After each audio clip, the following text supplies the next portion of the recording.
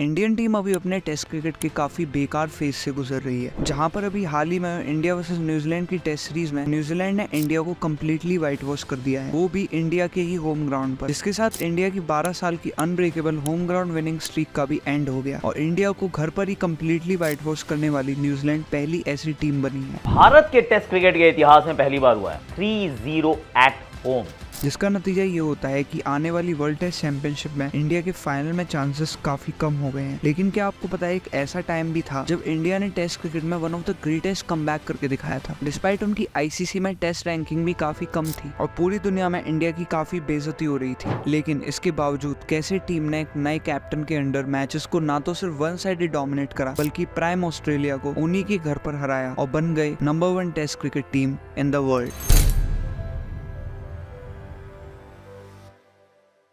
2014 में MS धोनी ने test cricket को अलविदा कह दिया था, जिस वक्त टीम इंडिया ऑस्ट्रेलिया में टेस्ट सीरीज खेल रही थी, जहां पर इंडिया बहुत बुरी तरीके से 2-0 से उस टेस्ट सीरीज को हार जाती है। उस टाइम पर इंडिया की टेस्ट रैंकिंग भी 7 थी, जो पिछले 10 सालों में सबसे ज्यादा बेकार थी और वो सेना कंट्रीज में एक के बाद एक मैच हार कर ही आ रही थी और इसी के साथ पूरी दुनिया में टीम इंडिया की काफी आलोचना होने लगी और MS धोनी के रिटायरमेंट के बाद विराट कोहली को टेस्ट की कैप्टेंसी दे दी जाती है। काफी लोगों का ये मानना था कि इंडिया टेस्ट में और ज्यादा कोलैप्स करेगी, लेकिन आने वाले 4 सालों में कुछ ऐसा होने वाला था जिसने इंडिया की खोई हुई टेस्ट क्रिकेट में इज्जत को दोबारा रिवाइव कर दिया। विराट कोहली के कैप्टन बनने के बाद उनका सिर्फ एक ही मिशन था, टेस्ट में इंडिया की रैंकिंग को दोबारा से नंबर 1 पर लेकर जाना और इसी पूरी जर्नी में सबसे पहला पड़ाव आता है 2015 में, जब इंडिया श्रीलंका के दौरे पर थी और इससे पहले इंडिया ने श्रीलंका को उन्हीं के घर पे 22 साल पहले हराया था और इस बार इंडिया के लिए ये चुनौती बड़ी मुश्किल होने वाली थी, क्योंकि श्रीलंका उस टाइम पर क्रिकेट की one of the best team मानी जाती थी और इसी सब के साथ इंडिया का पहला मैच शुरू होता है, जहां पर पहले 3 दिन तो इंडिया ने काफी ज्यादा डोमिनेट करा, लेकिन आखिरी 2 दिन में दिनेश चंडीमाल के 162 रन्स और रंगना हरात के 7 विकेट हॉल की वजह से इंडिया वो मैच हार जाती है और श्रीलंका उस सीरीज को 1-0 से लीड कर रही थी। लेकिन अभी भी टीम इंडिया अपने पिछली हार को बुलाकर और नए कॉन्फिडेंस के साथ अगले मैच में उतरती है। सबको यही लगा था कि टीम इंडिया इस बार भी मैच में हार जाएगी, लेकिन विराट कोहली को अपनी टीम पर काफी भरोसा था और उसी के चलते इंडिया अपने बचे हुए दोनों मैचेस काफी अच्छे मार्जिन से जीत जाती है, जिसमें पहला मैच 278 रन्स और दूसरा मैच 112 रन से जीतकर इंडिया 22 साल बाद श्रीलंका को उन्हीं के होम ग्राउंड पर हरा देती है। इसके बाद इंडिया एक नई और one of the best test cricket team बनके दुनिया के सामने आती है, जहां पर सिर्फ बैट्समैन ही नहीं बल्कि बॉलर्स भी एक अच्छा रोल निभा रहे थे और स्पिन की बात करें तो जडेजा और अश्विन मेन सुपरस्टार थे और अश्विन आगे जाकर इंडिया के टेस्ट में one of the greatest spinner बनके अपनी ग्लोरी सेट करने वाले थे। और इसके बाद आता है south Africa tour of India, जहां पर इंडिया पहले तो ODI और T20I में साउथ अफ्रीका से सीरीज हार जाती है, लेकिन टेस्ट में इंडिया उन्हें कम्प्लीटली 3-0 से व्हाइट वॉश कर देती है और इसी सीरीज के चलते इंडिया की होम डोमिनेशन के चर्चे पूरी दुनिया में होने लगते हैं। 2015 में इंडिया ने बहुत अच्छा टेस्ट क्रिकेट खेला और विराट कोहली को टेस्ट कैप्टेंसी देने का डिसीजन सही प्रूव होता हुआ दिख रहा था, जिसका सबसे बड़ा एग्जाम्पल था कि 2015 खत्म होते होते इंडिया की टेस्ट रैंकिंग नंबर 7 से नंबर 2 पर पहुंच जाती है और फिर आता है साल 2016, जो इंडिया के लिए टेस्ट क्रिकेट में one of the best year माना जाता है। Fast forward to New Zealand tour of India, जहां 2013 में इंडिया अपने डार्केस्ट फेज होने के बावजूद ऑस्ट्रेलिया को अपने घर में हरा देती है, तो इस टाइम पर न्यूजीलैंड उनसे कैसे जीत सकती थी। सीरीज शुरू होती है और इंडिया अपनी बहुत अच्छी परफॉर्मेंस दिखाते हुए उस सीरीज को डोमिनेट करना शुरू कर देती है, जहां पहला मैच 197 रन्स, दूसरा मैच 178 रन्स और तीसरा और आखिरी मैच इंडिया कन्विंसिंगली 321 रन से जीतकर न्यूजीलैंड को कम्प्लीटली व्हाइट वॉश कर देती है।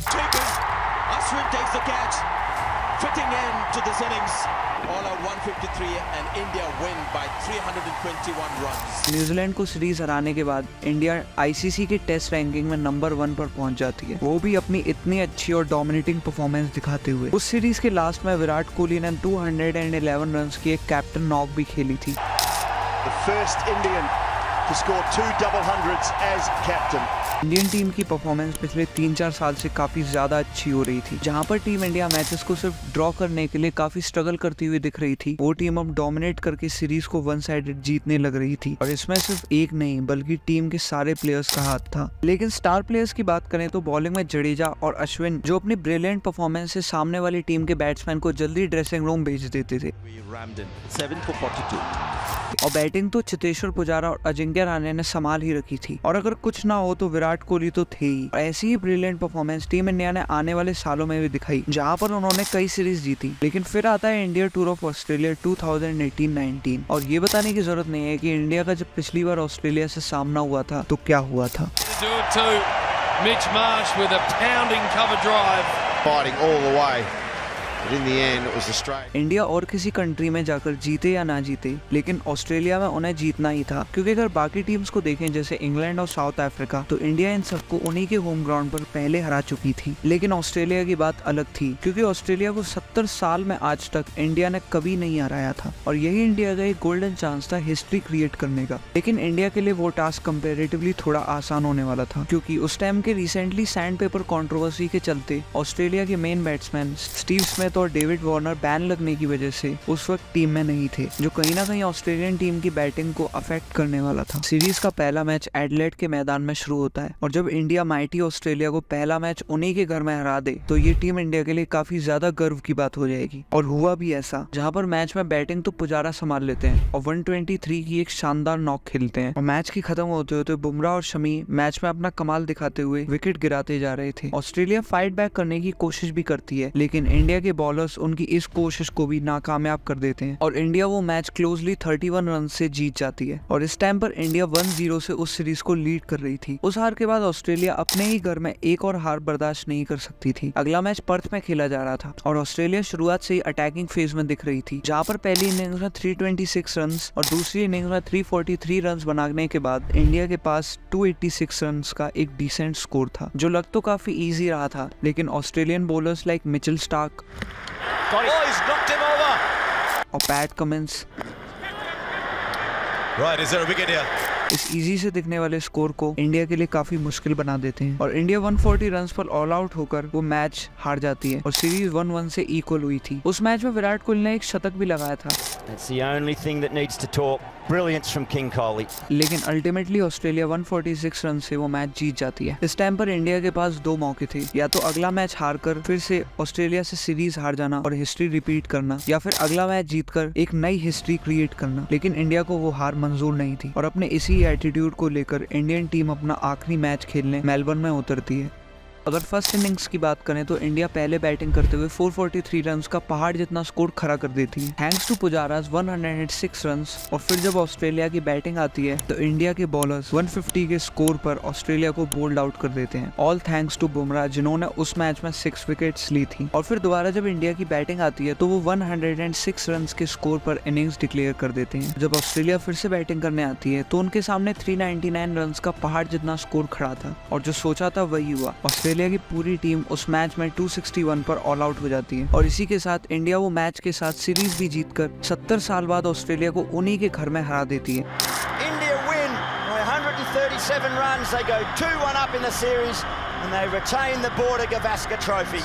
Yep, terrific series so far from India, and they deserve to be 2-1 up from the cricket they've played. They've outplayed Australia in all departments.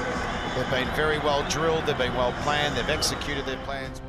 उस दिन हर cricket fan खुश था, क्योंकि हमने ऑस्ट्रेलिया की ही जमीन पर उनके घमंड को चकनाचूर कर दिया था, और ऐसा करने वाली इंडिया पहली एशियन टीम बनी थी। उस जीत का क्रेडिट पुजारा को जाना चाहिए था, जिन्होंने हर मैच में शतक लगाया, और इंडिया वही मैच हारी थी जिसमें वो जल्दी आउट हो गए थे। और बॉलिंग का सारा काम जसप्रीत बुमराह और मोहम्मद शमी ने करा था, जिसमें उस सीरीज के लिए जसप्रीत बुमराह को प्लेयर ऑफ द मैच भी दिया गया था। लेकिन ओवरऑल टीम इंडिया ने ब्रिलियंटली अपना कमबैक देते हुए उस सीरीज को जीता, और इसी तरह इंडिया ने टेस्ट क्रिकेट में अपना ग्रेटेस्ट कमबैक करके दिखाया। अगर हम लोग ध्यान से देखें तो इंडिया की इस कमबैक के पीछे सबसे बड़ा हाथ विराट कोहली का था, जिन्होंने इंडिया को उस टाइम से कैप्टन करना शुरू करा था जब इंडिया ऑलमोस्ट बॉटम पर थी, और वहां से इंडिया को नंबर 1 पर लेके जाना, ऐसा काम सिर्फ विराट कोहली ने करके दिखाया। जिसके बाद विराट कोहली की बहुत तारीफ होने लगी और उन्हें one of the greatest captain माना जाने लगा। We have won today after 71 years. I'd like to live in the present and salute my captain for being the captain of the team that beat Australia for the first time in Australia in a series. जहां cricketers और fans इस जीत की खुशी मना रहे थे, वहीं कई ऐसे क्रिकेट एक्सपर्ट्स और ऑस्ट्रेलियंस थे जो इंडिया की इस विक्ट्री को तुक्का मान रहे थे, क्योंकि मैंने बताया था कि सैंड पेपर कंट्रोवर्सी के चलते स्टीव स्मिथ और डेविड वार्नर टीम का हिस्सा नहीं थे, जिसके चलते काफी क्रिकेट एक्सपर्ट्स इंडिया को लकी मान रहे थे,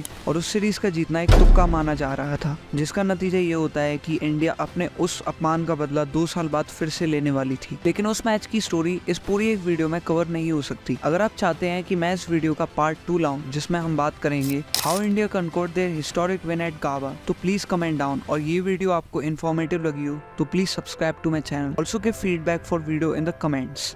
थैंक्स फॉर वॉचिंग।